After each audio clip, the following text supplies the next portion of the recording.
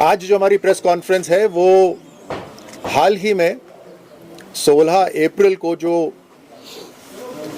एक संविधान के अंदर अमेंडमेंट लाया जा रहा था, नारी शक्ति को विधानसभा और लोकसभा के अंदर आरक्षण का जो पास नहीं हो पाया, आज उसके ऊपर चर्चा है। ये अपने आप में महत्वपूर्ण निश्चित रूप से है, क्योंकि हमारी संस्कृति में ही ये है कि जहाँ नारी निवास करती हैं, जहाँ नारियों का पूजन होता है, वहाँ देव निवास करते हैं।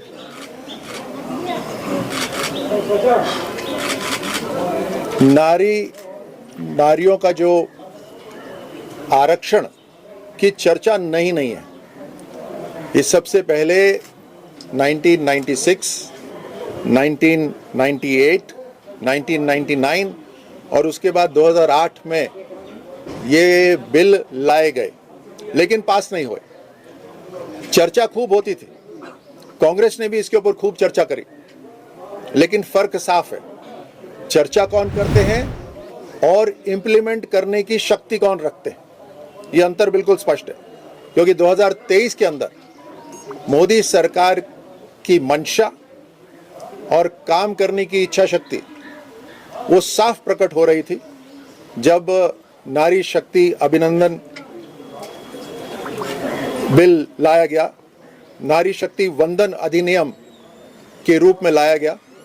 उसको सर्वसम्मति से लोकसभा और राज्यसभा के अंदर पास करा गया। निश्चित रूप से उसमें सभी दल शामिल थे जिन्होंने इस बिल को पास करा, लेकिन कुछ महत्वपूर्ण तथ्य हैं जो आपके ध्यान में लाने अति आवश्यक है। 2023 के अंदर जो ये बिल पारित हुआ था, उसके अंदर जो ऑपरेटिव टेक्स्ट था, उसका इम्प्लीमेंटेशन किस तरह से होगा, आरक्षण कब लागू होगा, उसमें आरक्षण को सेंसस से यानी जनगणना से, यानी अधिनियम पास होने के बाद जो जनगणना हो उससे, और उसके साथ डीलिमिटेशन एक्सरसाइज के साथ जोड़ दिया गया था। यानी ये अपने आप एग्जीक्यूट नहीं हो सकता था, ये दो चीजें होनी अनिवार्य थी, उसके बाद में ये एग्जीक्यूट हो सकता था।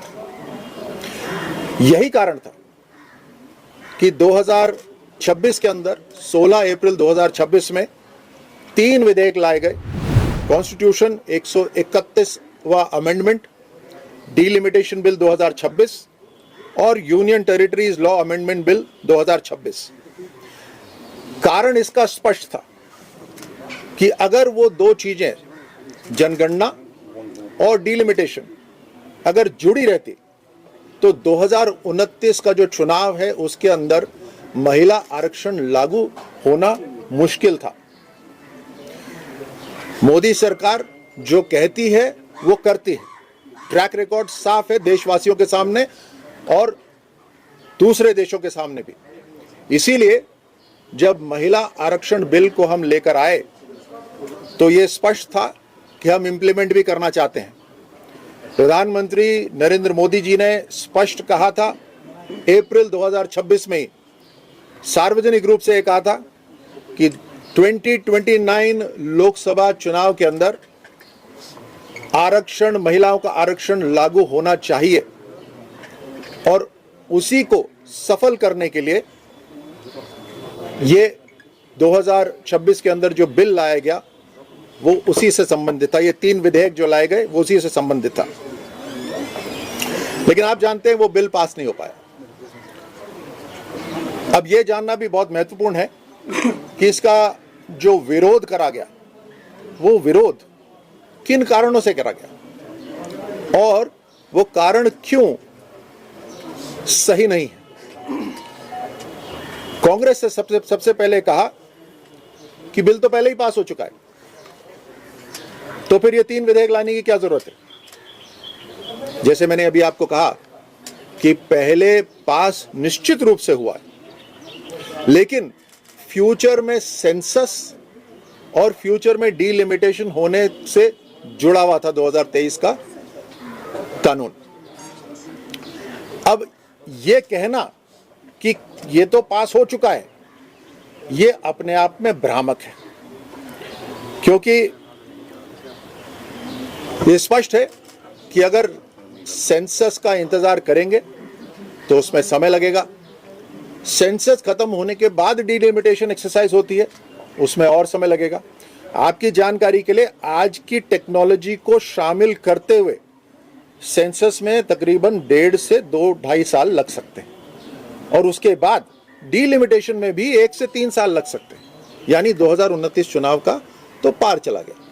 अगर मोदी सरकार ने कहा है कि हम एक महिला आरक्षण लेकर आ रहे हैं तो महिलाएं तो चाहती हैं ना कि उसको इंप्लीमेंट हो। ये हवा में बात नहीं होती कि सैद्धांतिक रूप से हमने कर दिया, नहीं, हम उसको इंप्लीमेंट करना चाहते हैं। और जब ये रुकावट देखी इंप्लीमेंटेशन के अंदर, ये एक लिमिटेशन, एक बाधा देखी, तो हम उसको डीलिंक करके अभी आरक्षण लेकर आना चाह रहे थे ताकि महिलाएं 2029 चुनाव में भाग ले सकें। यह भी एक भ्रम है कि दक्षिणी जो राज्य हैं उनको नुकसान हो जाएगा। स्पष्ट रूप से परसेंटेज इंक्रीज हो रहा है, हर राज्य को 50% जो उनकी सीट्स हैं वो बढ़ाई जा रही हैं। तो जो आज जितनी सीट है उसका उसी अनुपात में देश के जितने भी राज्य हैं उसी अनुपात में बढ़ेंगे, तो कम कैसे हो सकते हैं? बल्कि अगर बहुत ही बारीकी से देखा जाए तो दक्षिण राज्यों का तकरीबन 0.1 और 2% और जो प्रतिनिधित्व है वो बढ़ जाता है, तो तकरीबन इसको बराबर मान के चले, नुकसान तो कतई नहीं हो रहा।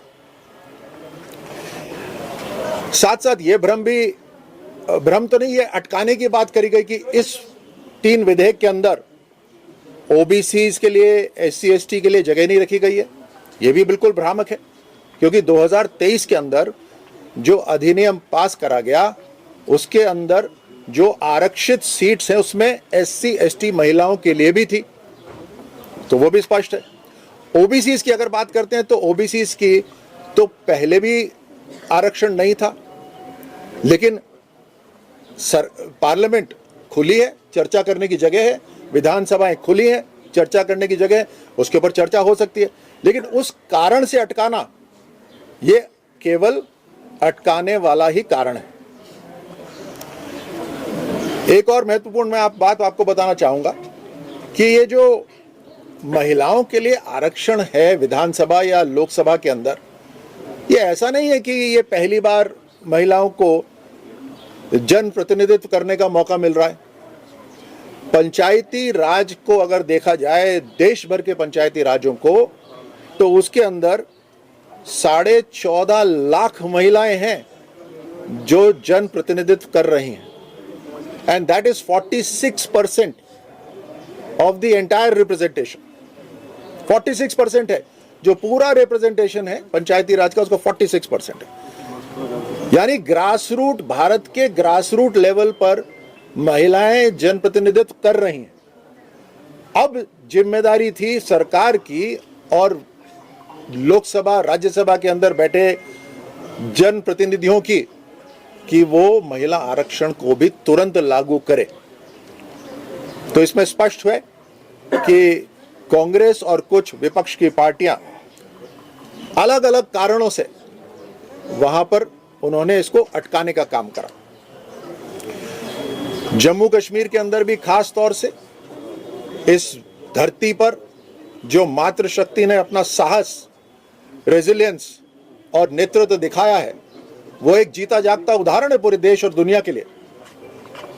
तो निश्चित रूप से आज महिलाएं लॉ मेकिंग के अंदर भी और पॉलिसी मेकिंग के अंदर भी बराबरी का अवसर चाहती हैं। अंत में मैं यही कहूंगा कि भाषणों में कहना, महिलाओं के सशक्तिकरण की बात करना आसान काम है, लेकिन उसको इंप्लीमेंट करना, क्योंकि जब इंप्लीमेंट करने की बात आती है तो समाधान निकालने पड़ते हैं कि ऐसा भी हो सकता है, वैसा भी हो सकता है, लेकिन उसको हमें इंप्लीमेंट करना है। फिर बहाने नहीं चल सकते। जब इंप्लीमेंटेशन करने की बारी आ रही है 2029 चुनाव के लिए, तब वही भाषण देने वाले पीछे हट रहे हैं। इतिहास भाषणों से नहीं लिखा जाता बल्कि निर्णयों से लिखा जाता है और मोदी सरकार इसी तरह से हर मुद्दे पर मजबूत निर्णय करती है। अब महिलाएं केवल प्रतीक्षा नहीं करेंगी बल्कि राजनीति के अंदर, देश चलाने के अंदर पूरी भागीदारी चाहेंगी। और ये केवल प्रतीक नहीं होना चाहिए, उनको असली में स्थान मिलना चाहिए। केवल वादे नहीं होने चाहिए बल्कि असली में रिप्रेजेंटेशन मिलना चाहिए। और देश की जनता ने अब ये तय कर लिया है कि महिलाओं को बराबर का स्थान मिलेगा, महिलाओं को लीडरशिप का मौका मिलेगा, महिलाओं को ग्रास रूट पे भी और राष्ट्रीय लेवल पे भी, राज्य के लेवल पे भी निर्णय करने का अवसर मिलेगा। आप सबको बहुत बहुत धन्यवाद। कोई प्रश्न हो तो मैं ले सकता हूँ।